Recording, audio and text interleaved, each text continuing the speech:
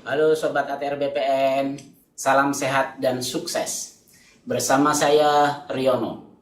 Senang sekali saya rasanya saat ini kita dapat berjumpa dalam rangkaian seri podcast tentang siap menghadapi penilaian kompetensi. Kali ini kita akan berbincang-bincang mengenai salah satu kompetensi dari 8 kompetensi manajerial, yaitu kompetensi kerjasama. Bersama kita telah hadir para narasumber yaitu Mbak Esti. Halo Mbak Esti, apa kabar? Alhamdulillah, sehat. Yang kedua Bapak Lihardo Saragi. Halo Pak Lihardo, apa kabar? Baik, kabar sehat Pak. Oke. Ada pepatah yang mengatakan ringan sama dijinjing, berat sama dipikul. Kerjasama adalah sesuatu yang sering kita lakukan dalam kegiatan sehari-hari, termasuk kegiatan kita dalam menjalankan tugas pekerjaan. Dengan kerjasama dapat meringankan dan memudahkan kita dalam bekerja. Mungkin perlu kiranya kita pahami makna dari kerjasama itu. Bagi peserta penilaian kompetensi manajerial dan sosial kultural, sangat penting untuk memahami kompetensi kerjasama. Tentu saja tidak hanya memahami definisi kerjasama itu sendiri, tetapi peserta juga perlu memahami indikator perilaku pada setiap level dari kompetensi kerjasama. Ada 5 level dalam kompetensi kerjasama, namun pada kesempatan ini kita akan membahas hanya sampai level ketiga. Sobat ATR BPN, untuk mengetahui lebih jauh apa itu kompetensi kerjasama, mari kita ngobrol bareng dengan narasumber. Tanpa buang-buang waktu, saya ingin menanyakan kepada Mbak Esti, apa definisi umum kompetensi kerjasama? Silakan Mbak Esti untuk memberikan penjelasan, Mbak Esti. Ya, baik, terima kasih Pak Riono. Hai Sobat ATR BPN, saya akan menjelaskan untuk deskripsi kerjasama sesuai dengan kamus kompetensi yang menjadi dasar dari penilaian kompetensi ya. Nah, kerjasama ini adalah suatu kemampuan menjalin, membina, mempertahankan hubungan kerja yang efektif, memiliki komitmen saling membantu dalam menyelesaikan tugas dan juga mengoptimalkan segala sumber daya untuk mencapai tujuan strategis organisasi gitu. Nah, jadi kerjasama ini merupakan suatu kemampuan yang secara efektif bekerja dan berkolaborasi dengan orang lain ke arah tujuan bersama, berkaitan dengan tingkat partisipasi dan juga kontribusi terhadap kinerja tim seperti itu. Oke, baik, terima kasih Mbak Esti. Tadi telah dijelaskan definisi umum kompetensi kerjasama. Untuk selanjutnya saya ingin tahu apa dan bagaimana sih dengan deskripsi level 1, indikator perilaku level 1 kompetensi kerjasama. Ini saya lempar ke Pak Lihardo. Silakan Pak Lihardo untuk memberikan penjelasan, Pak. Baik, Pak Riono, saya akan menjelaskan apa yang menjadi indikator pertama pada level 1 kompetensi kerjasama. Adalah berpartisipasi sebagai anggota tim yang baik, melakukan tugas atau bagiannya dalam mendukung keputusan tim. Ya, untuk dapat memenuhi indikator perilaku tersebut, kita dituntut untuk mampu berpartisipasi sebagai anggota tim yang baik, mampu mendukung pencapaian tujuan tim, menyelesaikan tugas-tugas tim yang menjadi tugas kita, kemudian mendukung keputusan tim dengan melaksanakan apa yang sudah diputuskan oleh tim itu sendiri. Sedangkan indikator kedua pada level 1 adalah mendengarkan dan menghargai masukan dari orang lain dan memberikan usulan-usulan bagi kepentingan tim. Nah, untuk memenuhi indikator perilaku tersebut, kita juga harus bisa memenuhi 2 hal. Yang pertama, menghargai masukan orang lain, dan yang kedua, memberikan usulan-usulan bagi kepentingan tim. Nah, kemudian indikator yang ketiga pada level 1 adalah mampu menjalin interaksi sosial untuk penyelesaian tugas. Nah, untuk dapat memenuhi indikator perilaku ini, kita juga dituntut mampu menyelesaikan tugas tim ya. Nah, mampu berinteraksi dengan anggota tim yang lain, baik secara formal maupun secara informal. Seperti itu Pak Riam. Oke, baik. Terima kasih Pak Lihardo. Berarti level 1 itu perlu menunjukkan sikap partisipasi ya Pak ya? Ya, seperti itu. Nah, kalau begitu tadi kita sudah mendengarkan penjelasan dari Pak Lihardo tentang level 1. Sekarang saya ingin mendengarkan penjelasan tentang level 2 dari Mbak Esti. Silakan Mbak Esti. Baik, deskripsi untuk level 2 di kompetensi kerjasama ini yaitu menumbuhkan tim kerja yang partisipatif dan juga efektif. Nah, dari deskripsi ini, Sobat ATR BPN bisa terlihat ya, adanya bentuk interaksi dengan orang lain secara aktif. Jadi ada perbedaan nih kedalaman perilaku antara level 1 dengan level 2 gitu ya. Nah, untuk level 2 indikator perilaku yang pertama yaitu membantu orang lain dalam menyelesaikan tugas-tugas mereka untuk mendukung sasaran tim. Jadi ada kemauan nih untuk membantu orang gitu ya. Ini berkaitan juga dengan penyelesaian tugas bersama. Nah, indikator kedua pada level 2 yaitu berbagi informasi yang relevan atau bermanfaat kepada para anggota timnya. Dan juga mempertimbangkan masukan dan keahlian anggota tim dalam kelompok kerjanya itu, serta bersedia untuk belajar dari orang lain. Nah, sangat jelas ya Pak, ada 3 hal yang perlu diperhatikan nih Sobat ATR BPN, yaitu berbagi informasi yang relevan, mempertimbangkan keahlian anggota timnya, dan juga bersedia untuk belajar dari orang lain kan. Dan kesemuanya itu dilakukan tentunya untuk kepentingan dalam timnya gitu ya. Nah, indikator ketiga dari level 2 yaitu membangun komitmen yang tinggi nih untuk bisa menyelesaikan tugas tim.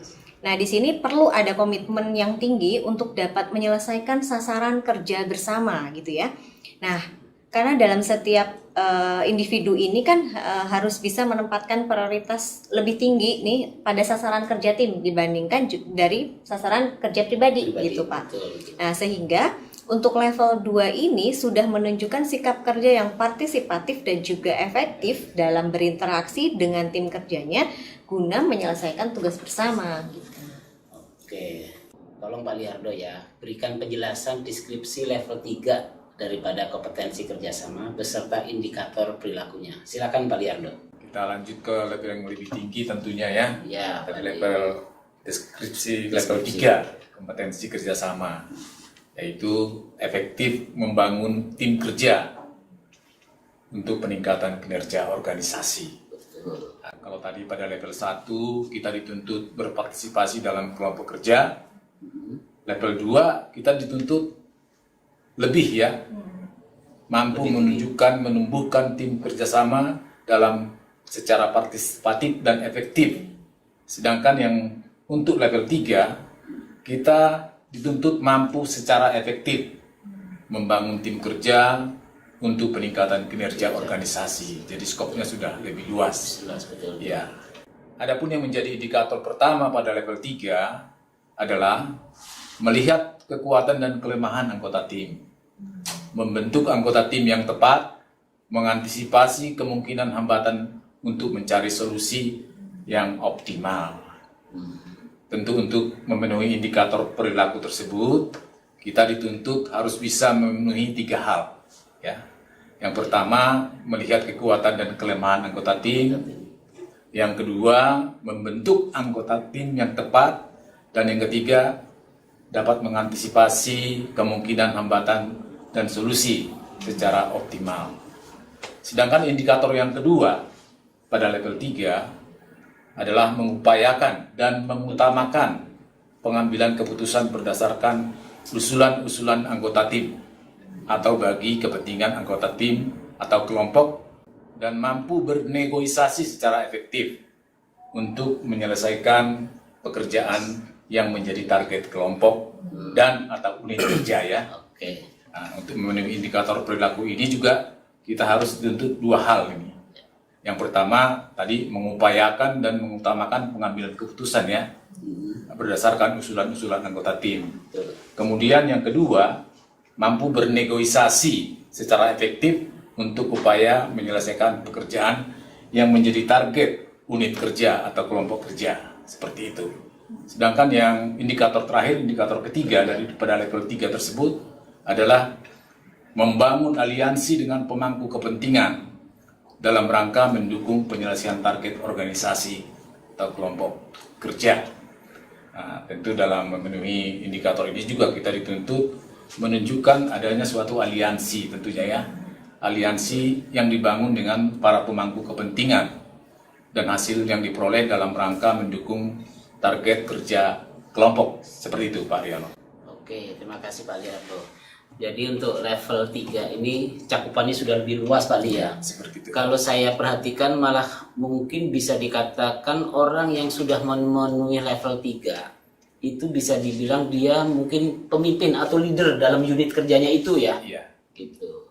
Nah, untuk selanjutnya Pak Lihardo biar teman-teman sobat ATR BPN ini lebih jelas mengenai kompetensi kerjasama ini, tolong Pak Lihardo berikan contoh aja secara umum.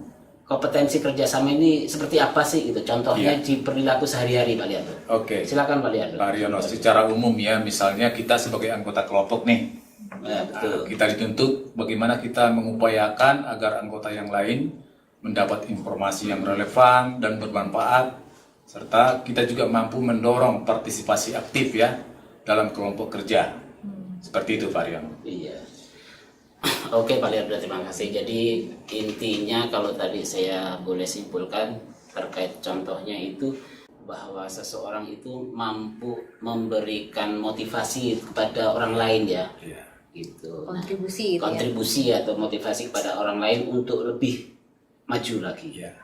Untuk itu mungkin Mbak Esti mau menambahkan, silakan Mbak Esti. Ya. Untuk contoh secara umum, Sobat ATR BPN, mungkin untuk kompetensi kerjasama ini misalnya mampu menyelesaikan tugas dalam sebuah tim kerja secara tepat waktu dan juga bertanggung jawab, serta juga berkontribusi nih terhadap pencapaian sasaran timnya gitu. Jadi memang ada kontribusi dari orang itu untuk bisa menyelesaikan tugas bersama gitu. Oh gitu. Jadi bahwa dia itu berkontribusi untuk memajukan unit kerjanya gitu ya, atau tim yang dia pimpin gitu di level 3 itu ya khususnya. Oke, terima kasih Pak Lihardo dan Mbak Esti. Baik, demikian tadi penjelasan atau deskripsi kompetensi kerjasama yang merupakan salah satu kompetensi dari manajerial kultural yang dijelaskan oleh para narasumber kita. Sebelum kita tutup, barangkali ada closing statement dari para narasumber agar asesi atau peserta penilaian kompetensi bisa sukses dalam mengikuti penilaian kompetensi manajerial. Silakan Mbak Esti memberikan closing statementnya. Silakan Mbak Esti. Oke, baik Sobat ATR BPN, dalam melaksanakan tugas fungsi sehari-hari, seorang pegawai kan sering ditugaskan nih untuk menyelesaikan suatu pekerjaan dalam sebuah kelompok kerja atau tim kerja gitu ya Pak ya. Nah, sebagai anggota tim, kita harus bisa melaksanakan tugas atau peranan kita ini dengan sangat baik gitu ya. Serta turut mendukung keputusan yang telah diambil atau disepakati oleh seluruh anggota tim. Ya. Nah, masing-masing anggota tim ini kan pasti memiliki kekuatan dan juga kelemahannya ya, sendiri-sendiri ya. Karena setiap orang itu pasti punya sesuatu nih yang berbeda dengan lainnya gitu ya. Nah, hal ini perlu untuk bisa dipahami agar dapat membentuk kekuatan tim sendiri dengan tepat gitu ya, dengan mengantisipasi kemungkinan-kemungkinan yang hambatan yang akan muncul gitu, yang akan dihadapi dalam melaksanakan tugasnya itu, kemudian bisa mendapatkan solusi yang optimal bagi keberhasilan dan tercapainya dari tujuan organisasi itu sendiri gitu Pak. Oke, mungkin Pak Lihardo mau menambahkan, silakan Pak Lihardo. Ya, baik Pak Riono.